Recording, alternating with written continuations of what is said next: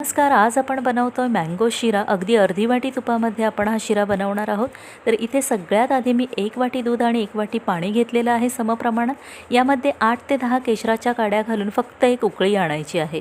आता एका कढईमध्ये अर्धी वाटी तूप, त्यातलं 2 चमचे तूप मी बाजूला ठेवलं आहे. ड्रायफ्रूट्स घालून घेतलेत. काजू, बदाम, बेदाणे घालून मिनिटभर फक्त परतवायचं आहे. लागलीच त्यावर आपला रवा घालून घ्यायचा. रवा छान तांबूस रंग होईपर्यंत आपल्याला भाजून घ्यायचा आहे. एकीकडे दुधाला उकळी देखील आली.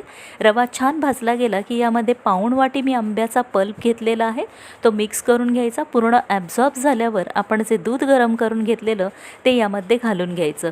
छान मिक्स करायचं, एकजीव करायचे सगळे मिश्रण. तर इथे आता दूधही आपलं ॲब्झॉर्ब झालेलं आहे. आता 5 मिनिटासाठी रवा शिजण्यासाठी आपण यावर झाकण ठेवणार आहोत.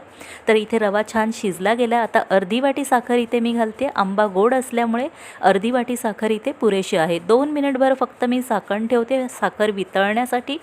तर इथे आता ऑलमोस्ट आपला शिरा रेडी आहे. सगळ्यात शेवटी इथे वेलची, जायफळ पूड घातलेली आहे मी.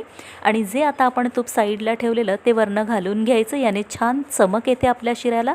आणि इथे मस्त आपला मँगो शिरा रेडी आहे. डिटेलमध्ये रेसिपी माझी पाककला या माझ्या चॅनलवर आहे, आवर्जून पहा. त्याचबरोबर सबस्क्राईब करायला मात्र विसरू नका. थँक्यू.